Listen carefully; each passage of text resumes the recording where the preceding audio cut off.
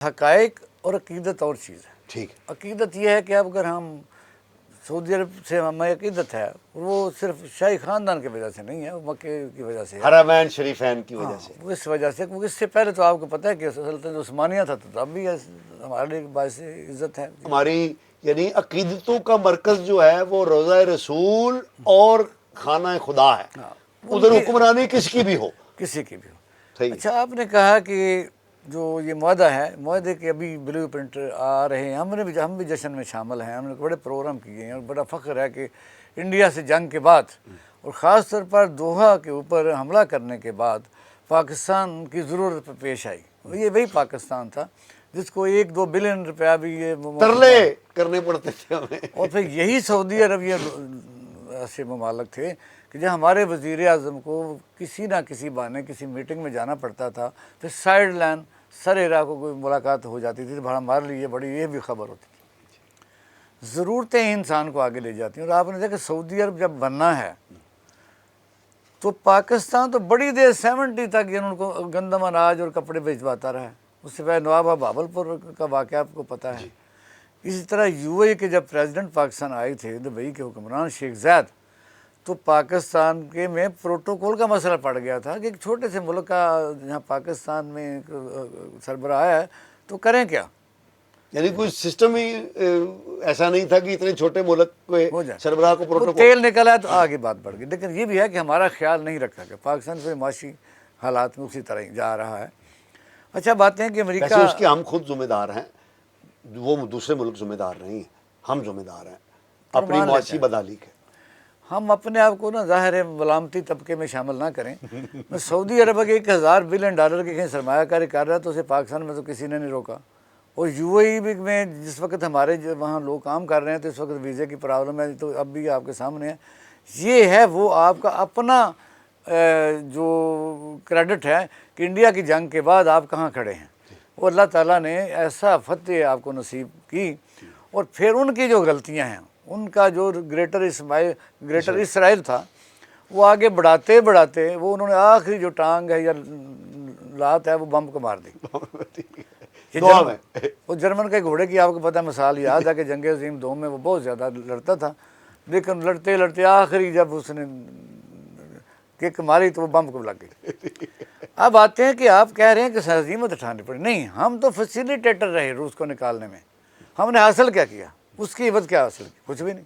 دہشت گردی، Kalashnikov, heroine. اس کے بعد دوبارہ بے امر مجبوری، آپ جنرل مشرف کے بھی آپ بات کر رہے تھے، تو وہ ہم کیا کر رہے تھے؟ وہ بھی دہشت گردی اور طالبان اور TTP. پھر ہم نے دوحہ میں جو ان ملکوں کو ملایا، امریکہ وہاں سے نکلنے کے لیے ہمیں فیسیلیٹیٹ کیا، تو بدلے میں ہمیں کیا ملا کہ افغانستان کے ساتھ ہمارے تعلقات صحیح نہیں ہیں. اب آتے ہیں اس چیز کی آج ہی کی خبر اب اسی وقت کی دوبارہ ریپیٹ ہو رہی ہے انٹرنیشنل میڈیا کے اوپر. صدر ٹرمپ کا داماد کیا کہہ رہا ہے ابھی کی بات. انہوں نے کہا جی یہ جو چیزیں ہو رہی ہیں یہ ابراہیم اکارڈ ہے، اور انہوں نے نام لیا پاکستان کا کہ اسرائیل کو تسلیم کریں گے اور انڈونیشیا بھی کرے گا. اور یہ ہمیں پاکستانی قوم کو جاگتے رہنا چاہیے، حکمرانوں کے پیچھے کھڑے ہونا چاہیے. ہم خود اللہ کے فضل سے ایٹمی طاقت ہیں، کسی نے نہیں بنایا.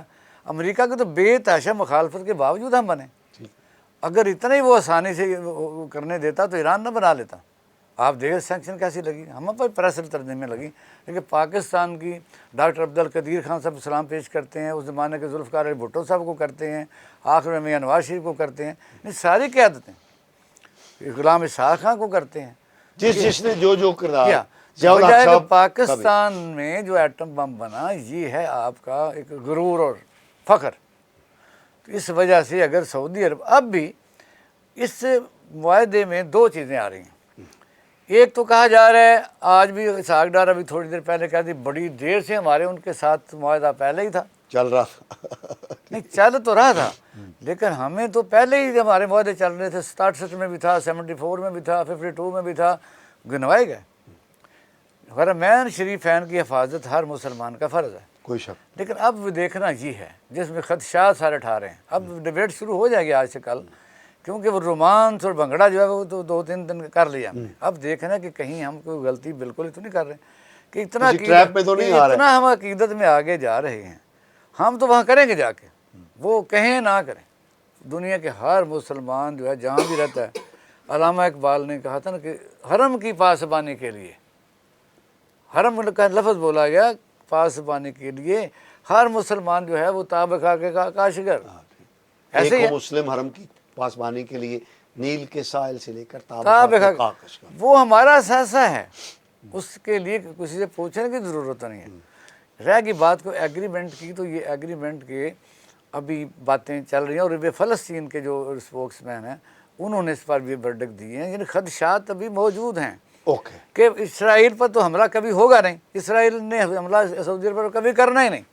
وہ گریٹر جو اسرائیل ہے، وہ یہ جو مڈل ایسٹ کی ریاستیں ہیں، ان کے لیے ہوا کھڑا کر کے وہ لیڈرشپ جو ہے سعودی عرب کی کو آگے کیا جا رہا ہے۔ اور آپ نے دیکھا کہ پچھلے سال 2 سال میں تو بڑا دباؤ تھا کہ پاکستان تسلیم کرے، اور اس وقت یہ باتیں چل رہی ہیں، اللہ کرے ایسا نہ ہو، کیونکہ دورے بھی جاری ہیں، اور جو لنچ آپ نے کیا ہے ہمارے فیلڈ مارشل صاحب نے، وہ چیزوں کو کہہ رہے ہیں کہ جو ابراہیم اکارڈ ہے اس کو آگے بڑھانے کے لیے ہم بڑے امتحانوں سے بھی گزرنا پڑے گا۔